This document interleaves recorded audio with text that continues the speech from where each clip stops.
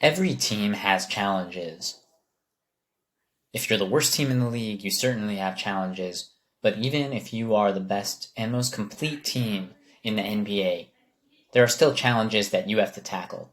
And last night was January 11th. I'm talking to you today on January 12th, 2024. The Celtics got absolutely destroyed by Milwaukee. Absolutely destroyed. And a lot of that is just running into the wrong team on the wrong night. And over the course of an 82 game season, this can happen. But there are challenges that the Celtics have to overcome. When you have a team as complete as Boston, you can fall into a trap. The trap is thinking that you can do anything. You can play any type of way and be successful. Granted, they could play in various different methods. They could send the offense through different players, and they could still have a very good team and win a lot of games. But to be their best, there needs to be a hierarchy of how they play on offense. Typically, they want the ball in the hands of Jason Tatum to create, and they want to spread the floor using their big men who shoot threes. That's Porzingis, that's Horford, and they want Drew Holiday not creating the offense as a first option, but getting those wide open corner threes that are going to happen. Because when you have as much talent on one team as Boston has, you're definitely going to have that. Drew Holiday doesn't need to try to work and create shots. That's not what he's best at. He's best as a primary ball defender, and he gets timely buckets. He can definitely contribute on offense, and at times he can be a go-to guy, but most of the time, he's not the go-to guy. And when the Celtics came out against the Bucks, they were facing two big hurdles. One was that Milwaukee was desperate, absolutely desperate for a victory, and Giannis was going to do everything in his power to make sure that that happened. And in addition to that, they were battling themselves because their offense was taking poor shots in the first quarter. And that's because of Drew Holiday. That's because of Kristaps Porzingis trying to take much tougher shots than he really needed to. He was taking tough shots. He was getting the ball, turnarounds inside. But it was not the type of offense that was created with good looks. It wasn't Jason Tatum driving and kicking it out to Porzingis for a wide open three. It was Porzingis getting the ball saying, I would like to score on this play, and I'm going to take the shot regardless. It was Drew Holiday saying, we can do anything. No, you need to play within a system. And you should play within the system that's going to be the most successful system for you, which is what the Celtics did on the night before when the Celtics were playing Minnesota. They were losing the game for most of the game, but in the fourth quarter and in overtime, they went through their best player, Jason Tatum, and he made them look really, really good, and they pulled off the victory at the end and won the game. So that's the challenge for the Celtics. It's a long season, 82 games, but the Celtics have to remain within their hierarchy of their offense, remain committed on defense, and that's their way to maximize their potential. They can win a lot of games playing in a number of ways, but the way to maximize what their team can do is to go through their primary ball handlers, Jason Tatum, Jaylen Brown as needed, and get those wide open shots for Drew Holiday, get the wide open shots for Porzingis and Horford, get them easy dunks inside as well, and that's how they're going to really blow teams out, and they'll be the ones scoring 135 instead of being on the receiving end of the 135. In stark contrast to that, we had another game happen last night between the New York Knicks, who were 5-0 since the OG Anunoby trade, going against the Dallas Mavericks. Now, the Mavericks were playing this game without two of their big-time players, really without three of their big-time players, because they were playing without Luka, they were playing without their awesome rookie, Derek Lively, and they were also playing for the several straight game without Dante Exum.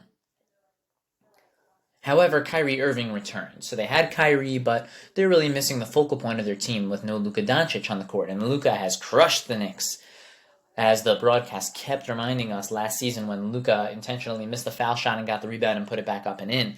That was absolutely incredible. But without Luka, you would think the Knicks have a great chance. The problem is it can actually be harder to play a team like the Mavericks when Luka's out than you'd think. Not every night. If they were without Luka every night, obviously they would be a pretty easy team to face. But when you play one way every single night, like they do with Luka, and then you remove Luka from the equation, it's hard to know how they're going to play. And in this case, the way they played was Kyrie Irving and Tim Hardaway Jr. just chucked up shots at will, and they hit everything, especially in the first quarter. They were not missing. And that's a great recipe for victory.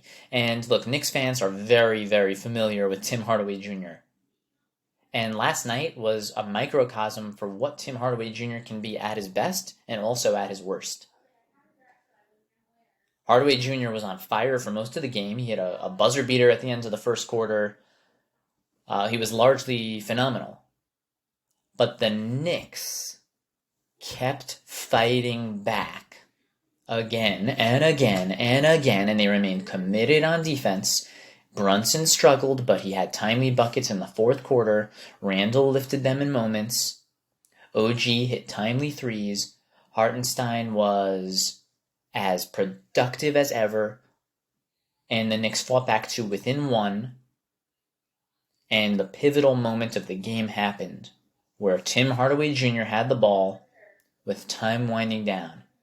He took an ill-advised shot, and the rebound came back out to him. The Knicks could not secure it. Hardaway, instead of taking precious time off the clock, which anyone with half a brain must have been thinking, that's what he should have been doing there. Take time off the clock. He immediately jacks up another shot and hits it off the side of the backboard. Embarrassing. And that kind of play and that kind of poor decision making is going to come back to burn them in the playoffs. Hardaway misses the shot off the side of the backboard, but it comes right back to him. Gives up the ball to Kyrie. They end up getting another shot, missing another rebound. Off a weird angle, they get the ball back again, and eventually one of their role players hits the three. Knicks now down 4. Barely any time left, and that was all she wrote. The Knicks gave a great effort. I am very happy with the way they played. If I was in charge of their team, I'd be thrilled. I would say, you guys did the right thing. It wasn't your night. The Mavericks were hitting at a crazy clip. Kyrie was off the chains, but you fought back, and this was a game that more times than not you would win because they got very lucky. The Mavericks got very lucky in the final minute of the game with several shots being missed and the ball coming off the rim at weird angles or off the backboard at weird angles and getting 4 possessions. 4 possessions on 1 possession, really 4 chances to score. That was what did the Knicks in. Had the ball taken a more typical carom, the Knicks probably secure the rebound, come back down, and they have a good chance to score and win the game. Didn't bounce their way this time. You can always try to do better boxing out, but in this case, it was really more so a little bit of luck on the Dallas side, and it showed exactly why you would want a guy like Tim Hardaway Jr. on your team, but more importantly, why you don't want him on your team, because he's going to come back to bite you at the worst of times.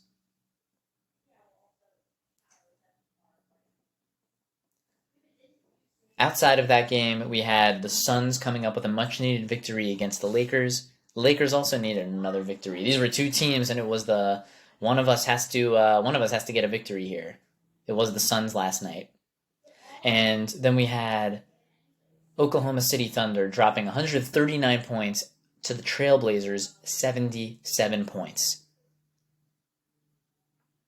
And all I have to say is that if you're scoring 77 points, nearly getting doubled up in points, 139 to 77, we just have to question if you even belong in the NBA. Talk about embarrassing. That's going to do it for today. You can follow us on virtually all social media platforms at NBAVE, NB Avenue. We're your NBA venue for hoops conversation, unique storylines, and we'll see you on the next one.